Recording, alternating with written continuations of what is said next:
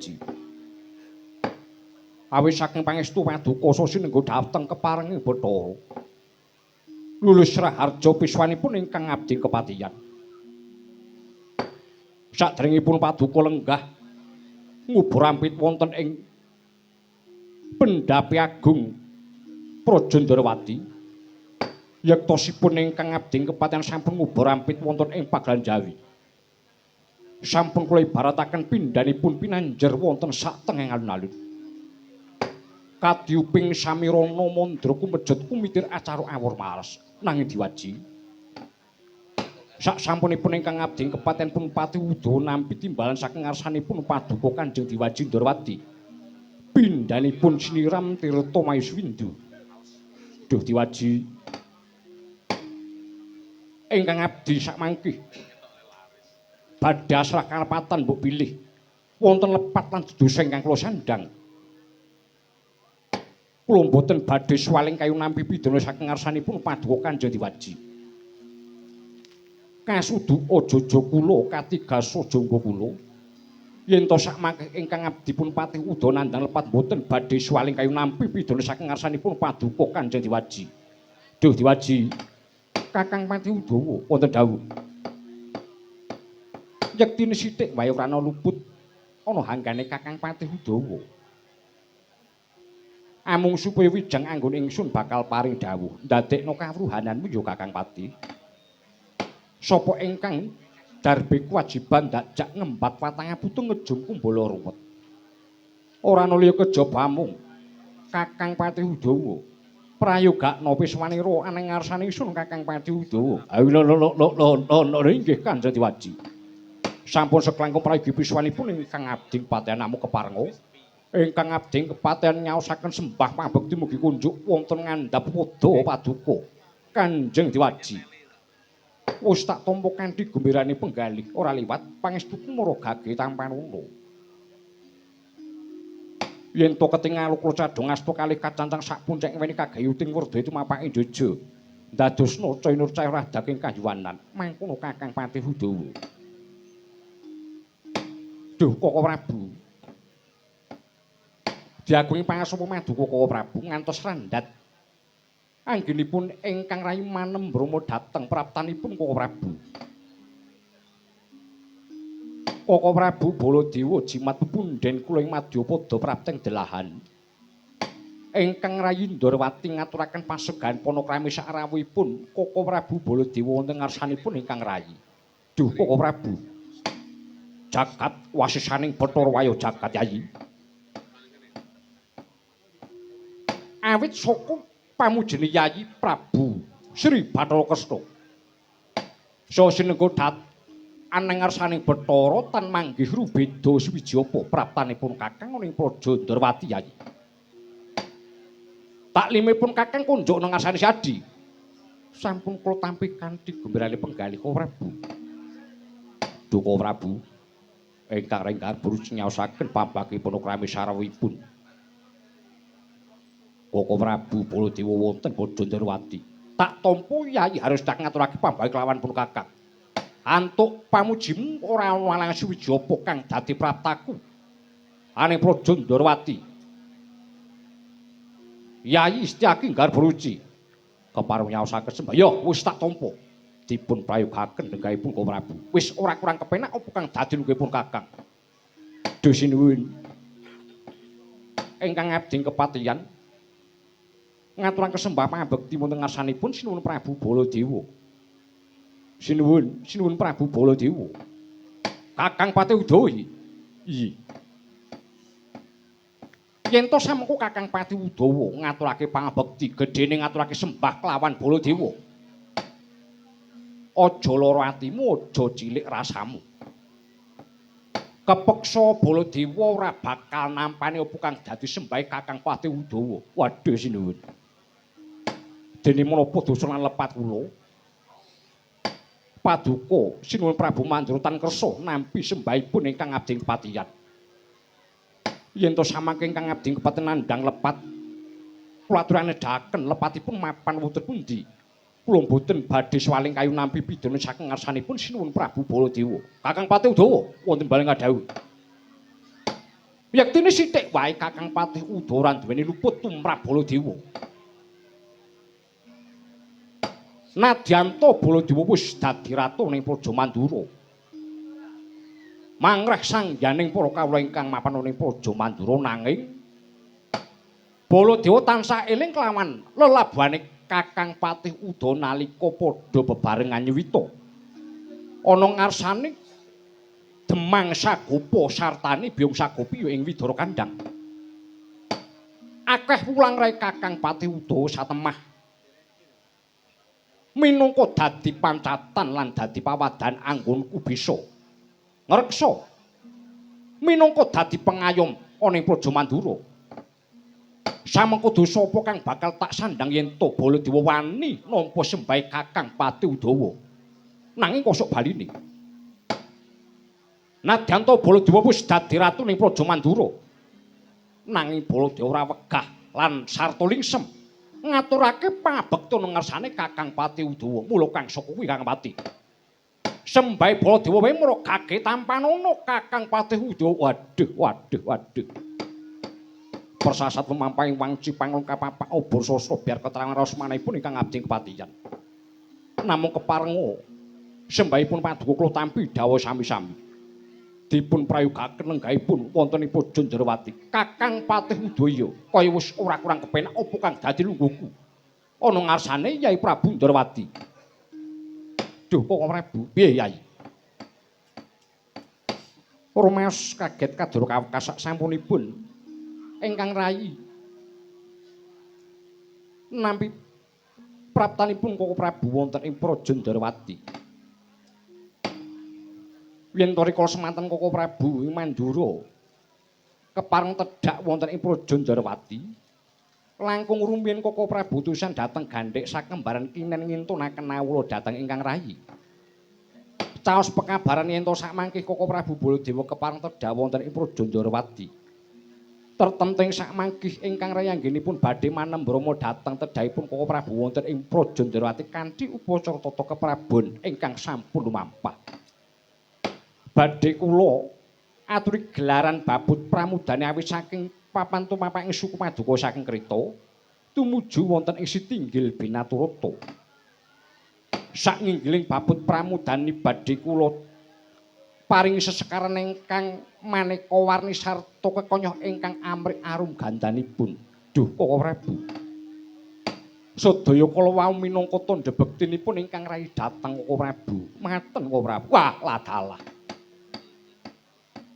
Persasat kajugrugan wukir sari kaleban segara madu penggalipun Kakang Mandura. Sawise yen to Yayi Prabu Ndrawati bakal manembrama kelawan tekanipun Kakang kanthi upacara tata keprabon. Nadyanto isih kandhek ana ing pangucap nanging rumangsa bombong penggale wong tuwa. Dene semono gedhene rasa tresnane Yayi Ndrawati kelawan pun Kakang Mandura. Lan gedhene tandha bekti kadang taruna tumraping kadang werda. Mula pun Kakang ngaturake gungi panuwun kang tanpa upama ya Yayi. Nanging kejaba kang saka ku Yayi. Tata cara keprabon kang wis bakal utawa kang wis kok aturake lamun to kok patrape kelawan tekanipun Kakang ana ngarsane Yayi Prabu Ndrawati. Ora sak pantes Yayi. Sabab apa? Saben-saben pendak-pendak Baladewa prapta ana ing Praja Ndrawati rasanipun Kakang kaya dene Baladewa bali ning Praja Mandura. Mula besok yen to ana kalodhangan wektu kang mirunggan, kula warga Ndrawati bakal tinju ning Praja Mandura tak jaluk. Aja nganti jiguh lan pekiwureng kuwen Mandura kaya dene Praja Ndrawati. Yai Prabu, matur nembah nuwun Koko Prabu. Nanging salajengipun Koko Prabu ingkang rayi badhe mundhut pirsa menapa to Baya Wigata sing sedya Paduka kepareng tedhak wonten ing Praja Ndrawati. Ya. Sepisan pun Kakang tetinju kelawan kawidagdan Praja Ndrawati. Sakwise pun Kakang ngawuningani gelaring Praja Ndrawati kang katon endah edi pendi. Mundhak taun wewangunan saya mundhak edi pendi bombong penggalipun Kakang. Mudune para kawula, mudune para keluarga Ndrawati kabeh padha manggih kawidagdan lan karaharjan lega penggalipun Kakang Yayi. Nuh inggih Koko Prabu. Sedaya kula awit saking pangestunipun Koko Prabu. Iya. Ndungkap kang kaping pindhone Yayi. Aja nganti dadi rasamu yen to tekanipun Kakang Persasat sumengko pengawak bojo. Kudu Kakang gage pinanggih ana ngarsane Yai Prabu Ndrawati. Pun Kakang bakal caos pekabaran to bakal paring pekabaran ngarsane Yai Prabu Ndrawati. Awit rikala dina kang kepungkur. Pun Kakang kaya dene nampa sasmitaning Bathara Yayi. Koko Prabu nampi sasmitaning Bathara. Iya. Pun Kakang nampa sasmitaning Bathara yen to rasuwe maneh. Bathara bakal matedhaki wujuding kanugrahan. Nanging aloking para kawula Mandura kabeh padha ngandhakake yen to kanugrahaning Bathara kang bakal tumiba ning Janaloka utawa tumurun ning Janaloka. Kena diwestani iki munu Wahyu Kanalindran. Wahyu Kanalindran. Iya. Awit saka rasanipun Kakang yen to sakmengko Wahyu Kanalindran mujudake Wahyu Ratu. Sapa sing ora kepengin yen to samengko anak turunku bisa dadi ratu. Bisa nurunake nalindrane Nusa Jawa Yayi. Mekaten Koko Prabu. Mula wektu dina iki daya-dayapun Kakang nyaket ana ngersane Yai Prabu Ndrawati bakal nanjihake perkara iki. Ana ngarsane Yai Prabu Ndrawati. Munggo saka rasamu kepiye Yayi? Yai Prabu Ndrawati. Andra ingkang puspitorum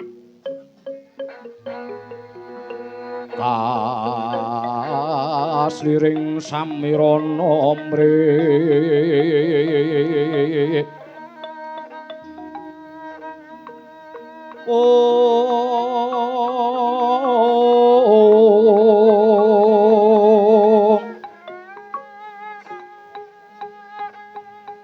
Sekar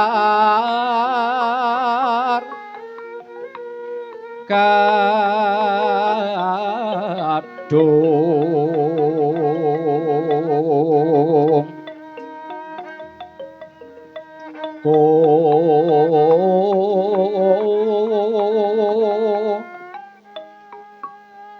ngas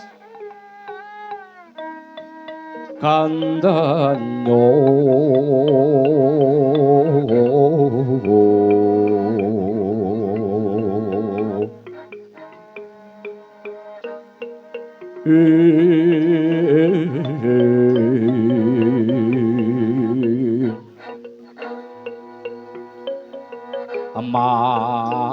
Maweraras retnaning driya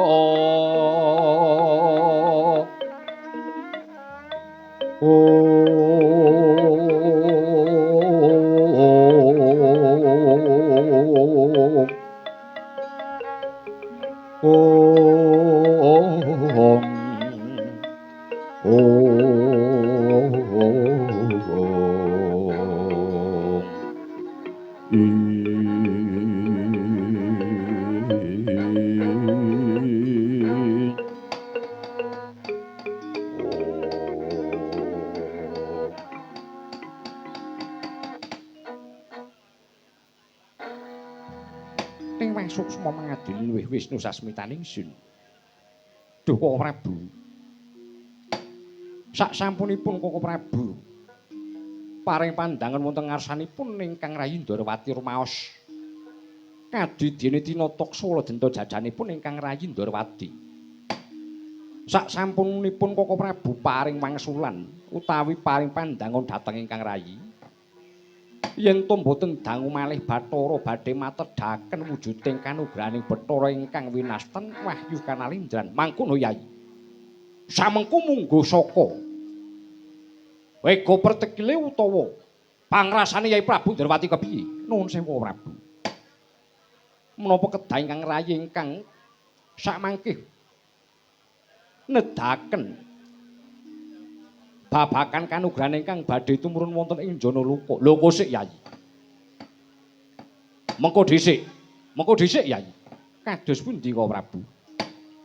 Mula daya-daya pun Kakang. Pitaya kelawan Yai Prabu Ndarawati awit apa? Yai Prabu Ndarawati minangka Narendra Titi sing Sang Hyang Wisnu Bathara, dewane kabagyan. Mula jejuluk Sri Bathara. Ngeling ngono Yai. Nalendra ingkang mapan ing jagat iki ora ana liya ingkang ngrasuk jejuluk Sri Bathara. Ya ming ana loro. Sepisan Prabu Sri Bathara Rama ing Pancawati kang kaping pindhone ora ana liya kejaba mung adik lanang Yayi Prabu Sri Bathara Kresna. Mula pun Kakang Muspitaya banget yen to samengku Yayi Prabu Ndarawati bisa nuduhake arane kanugrahan ingkang bakal tumurun ana ing Janaloka ingkang diwestani Wahyu Karalindran Yayi. Samengko yen to kabar utawa sasmitane Bathara iku mau kepara nyata. Munggo saka atur Yayi Prabu Ndarawati kepara nyata, mula pun Kakang bakal klungsu-klungsu. Aku tak melu wudu tegese pun Kakang kepengin ngayunake tumedhang kanugrahan ingkang bakal tumurun ning jagat iki Yayi. Dimen samengko tedhak turunku bisa dadi Nalendra ana nusa Jawa iki Yayi Prabu Ndarawati. Duh, kok Prabu. Piye? Yektosipun ingkang rayi mboten saged paring wangsulan. Lho, ana apa to Yayi? Saksuwene pun Kakang matur nuwun ngersani Yayi Prabu Ndarawati. Lah kok pasuryane Yayi Prabu Ndarawati? Semu nandhang Sungkawa menggalake apa to Yayi? Maragake bloko kelawan pun Kakang. Mbok menawa sak mengko pun Kakang bisa madhangake penggali Yayi Prabu Ndarawati. Nuwun sewu Prabu. Yektosipun boten badhe kamiya sing lisan nanging sak sampunipun wonten pandangan saking ngarsanipun Prabu Paripaksa. Ingkang rayi badhe matur wonten ngarsanipun Prabu Baladewa. Ya, maragake matur. Mbok menawa sak mengko pun Kakang bisa ngudari ruwet utawa ngudari pepeteng ingkang mapan ing Puja Ndarawati. Ingkang rayi badhe matur Prabu. Kepiye Yayi? Sampun tigang candra kalenggan sapunika.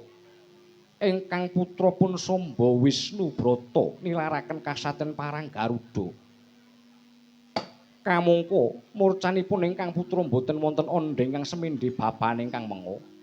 Kadidinis nendhal mayang penggalipun ingkang rayi Ndarawati. Wah, ladalah jagat dewa Bathara.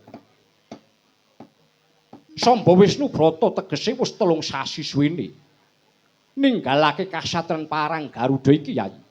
Nuh ninggih, utamane Praja Ndarawati kamangka tanpa pamit kelawan Yayi Prabu Ndarawati. Mekaten kok Prabu. Wah. Yen ngono awit saka pangrasanipun Kakang. Mbok menawa lungane Samba Wisnu Brata iki mengko bisa utawa Samba uga bakal ngayunake tumedhake kanugrahan lungane Samba Wisnu Brata ana gandeng cenenge kelawan Wahyu Kanalindran kang bakal tumurun ning jagat raya iki Yayi. Ingkang rayi mboten pitados. Lho, ora percaya ndi? Samba menika mboten nate nglampahi talak brata. Samba menika mboten nate nilaraken kasaten parang Garuda. Lah iya Yayi. Pun Kakang ya bingung. Nanging ya sababe apa Yayi Prabu Ndarawati rikala semana. Ora paring pekaban kelawan pun Kakang yen to rikala semana Yayi Prabu Ndarawati gedhe cilike utusan Nayaka Praja Ndarawati supaya paring nawala utawa paring pekabaran ngersani pun Kakang. Pun Kakang ora wegah paring pambiyantu ana ngersani Yayi Kresna ngumadi ana ngendi dununge anakku Samba Wisnu Brata. Nanging arep mau wis tak aturake Yayi. Miturut pangrasanipun Kakang, Samba mbok menawa ora suwe bakal antuk kanugrahane Bathara awit pun Kakang wis percaya. Mbok menawa rikala semana Samba Wisnu Brata uga nampa sasmitaning Bathara. Samba Wisnu Brata uga duweni gegayuhan pengin ngayunake tumedhake kanugrahan Wahyu Kanalindran. Dimen besok sak lengsare Yayi Prabu Ndarawati Samba bisa dadi ratu ning Praja Ndarawati. Mula Tak jaluk Yai Prabu Ndorowati aja seneng embe karo Samba Wisnubrata Yai. Sidhem jroning pasewakan Wadyagong tanpa sabawa.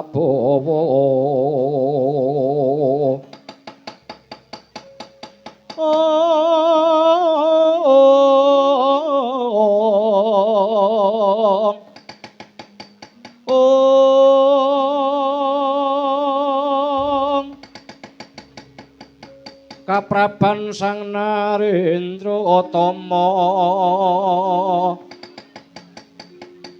mangu kawunengan belir wuwusing tupa cipta Pera budi mandana raras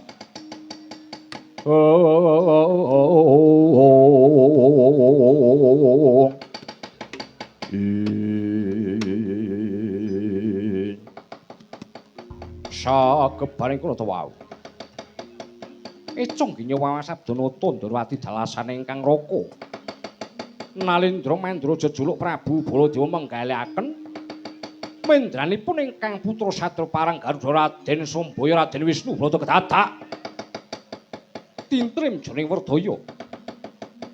Tintrime penggalihan musik kayut ingkang minangka waratu. Kanyetu jare wong ganteni dudurung manjing dasare Septa Pratala. Pasiban kaya ana parang pamuk jajare musuh. Wonten sipate Nalendra gagah pideksa godhek wok Simbarajaja. Keparang jonggong longok sitinggil binaturata suku mancat Pancanidi gumrajog datan pokalapaken kejojoning Wardayana ting Ndorowati.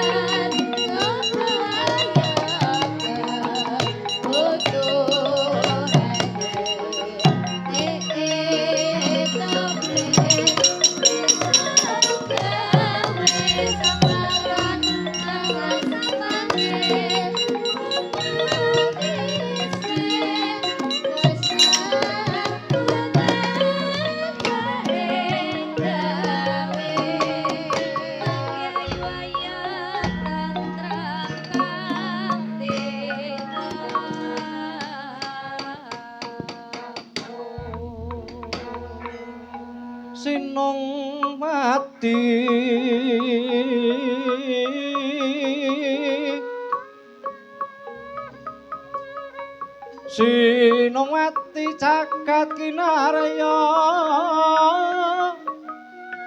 amung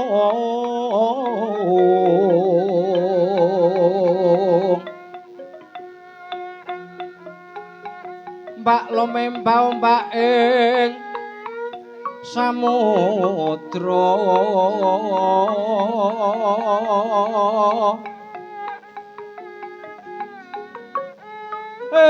ana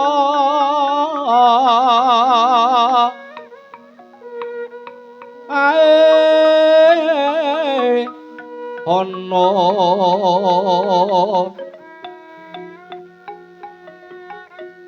pale lumut hamre kanggo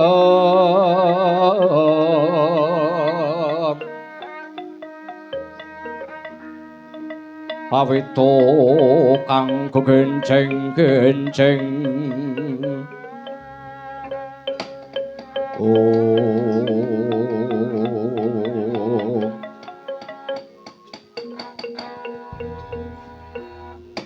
ning Suksma mangadili luwih Wisnu sasmitane Sudha Kisana ingkang nembe rawuh katuran pasogan panakrami sarawuhipun Kisana wonten ing Sitinggil Binaturata Kisana. Wah, ladalah.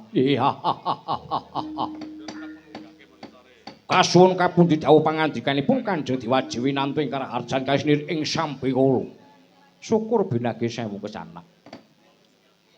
Lajeng kepareng badhe anila-krami Kisana menika nalendra saking pundi lan sinten to jejuluk Enata. Yen to Kanjeng Diwaji mundhut pirsa dhateng kula. Kula menika wingking saking negari Parengrejing dening kula ingkang sudi mestani Prabu Wirambadewa. Saking negari Parengrejing ingkang jejuluk Prabu Wirambadewa. Nenggih Kanjeng Diwaji. Lajeng kagungan kersa menapa kepareng minggah wonten ing Sitinggil Binaturata Kisana. Kepareng matur teng ngarsanipun Kanjeng Diwaji. Menapa leres menika ingkang dipun westani negari Ndarawati. Dening Kang Asta pusarane praja menika jejuluk Prabu Sri Bathara Kresna. Nunggih. Mboten ketang namung sagebiaring songsong menika gemlaring praja Ndarawati. Dene kula piyambak mboten ketang namung kadidene tunggak dadap kesampiran wastra. Kula minangka pengayoman negari Ndarawati ingkang jejuluk Prabu Sri Bathara Kresna Kisana. Prabu Wirambadewa. Weh, ladalah.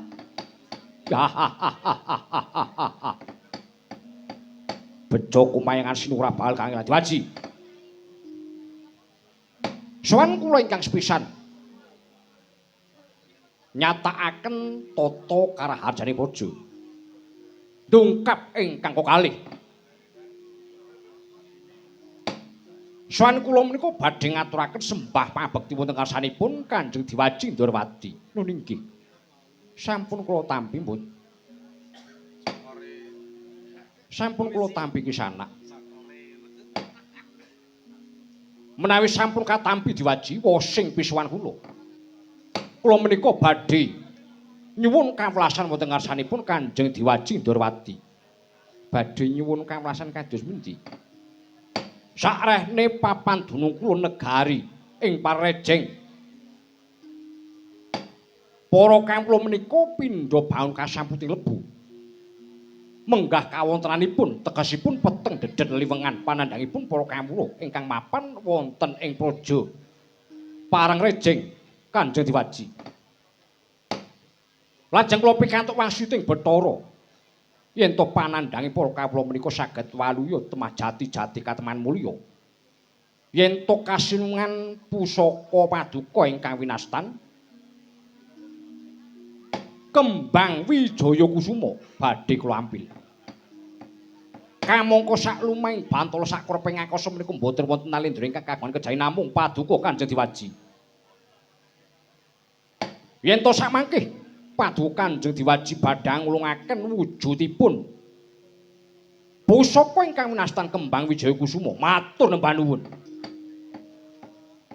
Nang yen to samangke paduka Mboten dangan dhateng atur kula tegesipun mboten badhe paring idi palilah. Mengganggenipun kula badhe nyuwun ngampil wujudipun kembang Wijaya Kusuma sampun ngatos ing penggalih. Negari Ndarawati badhe kula byuki bathang sayuta. Tukaya sinipi Jojo pangawinga wingis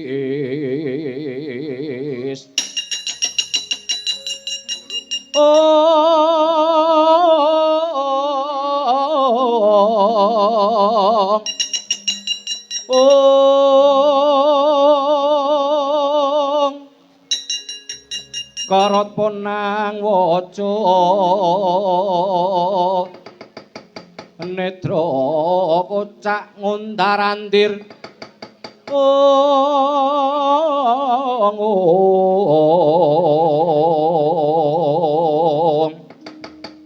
netra kocak ngundarandir idep nyomang ala cokro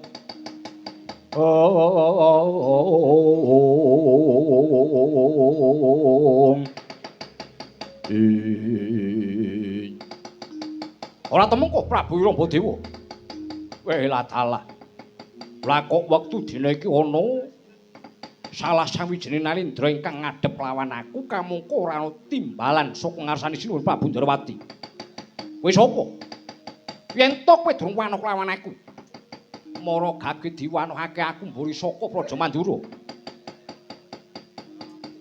Dene aku ingkang jejuluk Prabu Baladewa kapernah kadang werdane Yai Prabu Ndarawati. Lajeng kagungan kersa menapa?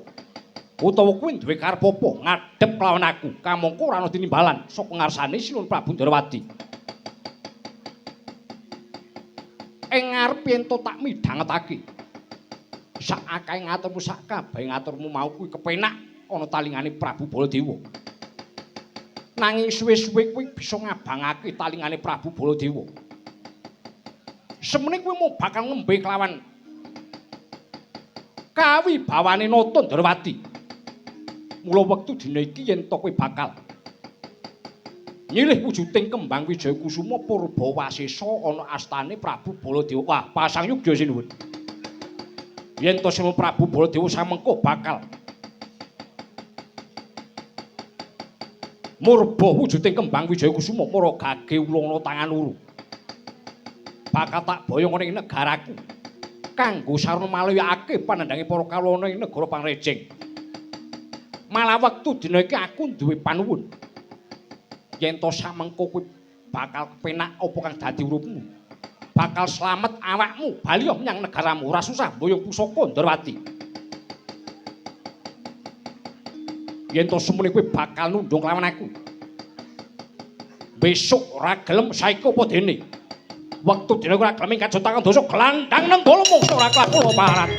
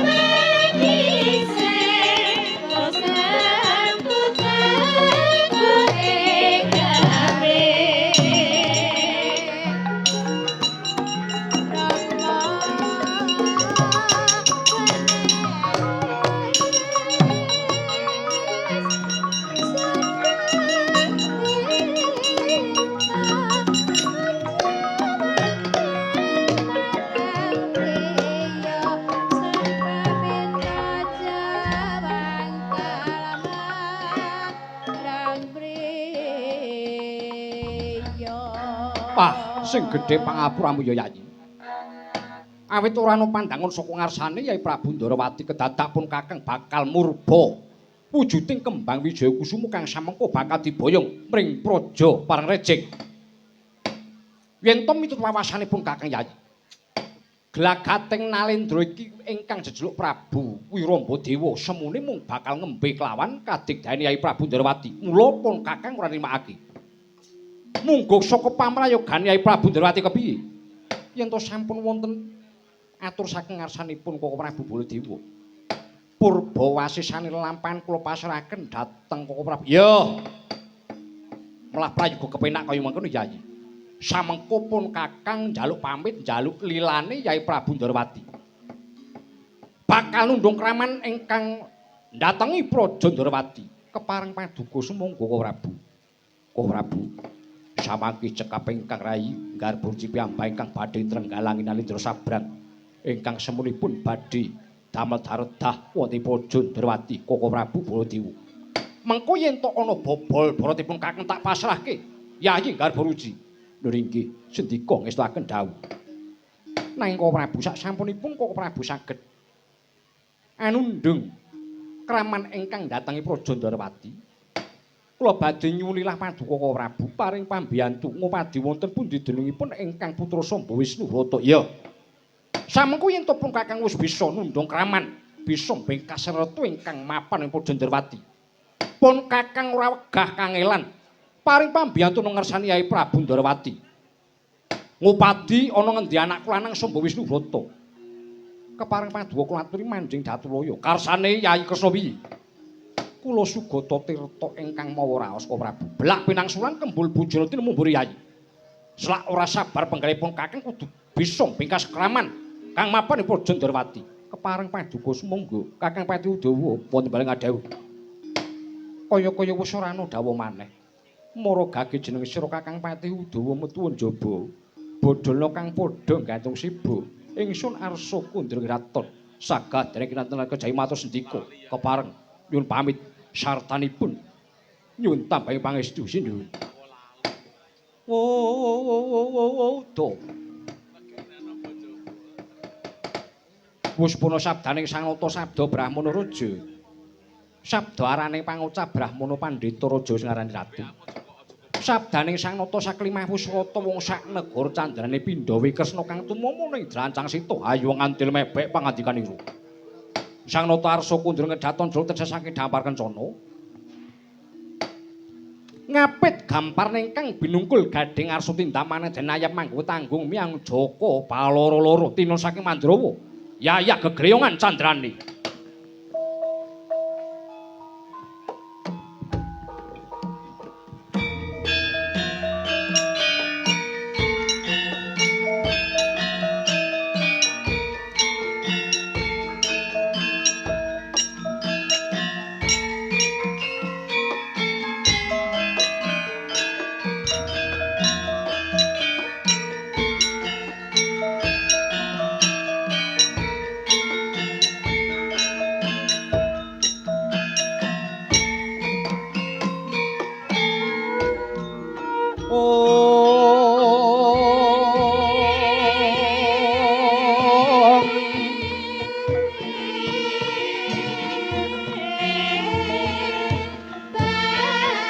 Kresna sinayang manggalung